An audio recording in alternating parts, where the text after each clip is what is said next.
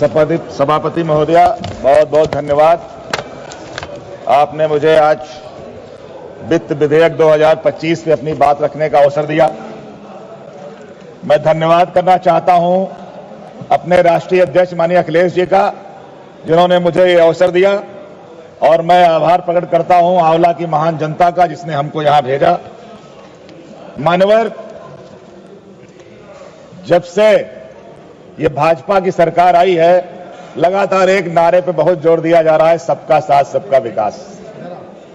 मान्यवर, सबका साथ सबका विकास अगर करना होता तो इस बजट में पूरे देश के अंदर जो 543 लोकसभाएं हैं, उनको ध्यान में रख के एक ऐसा विकास का एजेंडा आता जिससे इस देश का गरीब कमजोर भी महसूस करता कि हमारा विकास होने जा रहा है। लेकिन ये सबका साथ सबका विकास तो केवल जुमला साबित हो रहा है।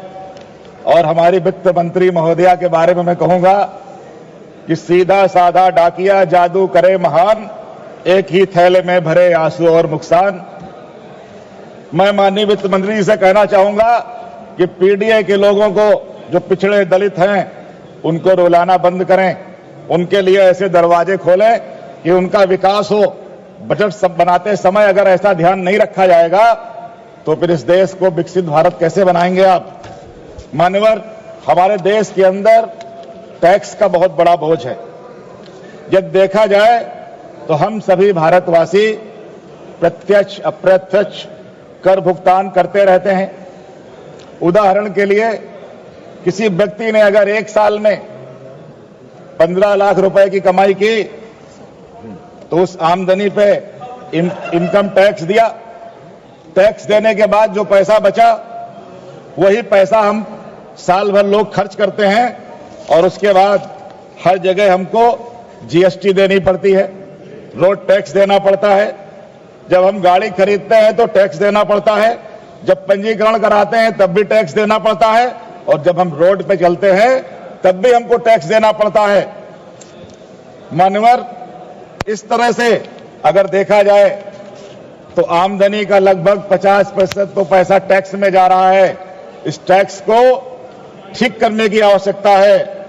इतना भारी टैक्स देकर भी जो हमारे देश और खासकर हमारे जो उत्तर प्रदेश के लोग हैं, उनको अच्छी शिक्षा नहीं मिल रही है। सरकारी स्कूलों का बुरा हाल है, अस्पतालों का बुरा हाल है। इनकम टैक्स, जीएसटी दे रहे हैं, कम से कम अच्छी शिक्षा तो करा दीजिए, स्वास्थ्य की व्यवस्था तो ठीक करा दीजिए। और मान्यवर, सरकारी स्कूलों की दुर्दशा है, और प्राइवेट स्कूलों में किताब के नाम पे कितना बड़ा करप्शन हो रहा है। एक सर्वे रिपोर्ट आई है कि लगभग प्राइवेट स्कूलों में 55,000 करोड़ का किताबों के बिक्री पे घोटाला हो रहा है हर साल।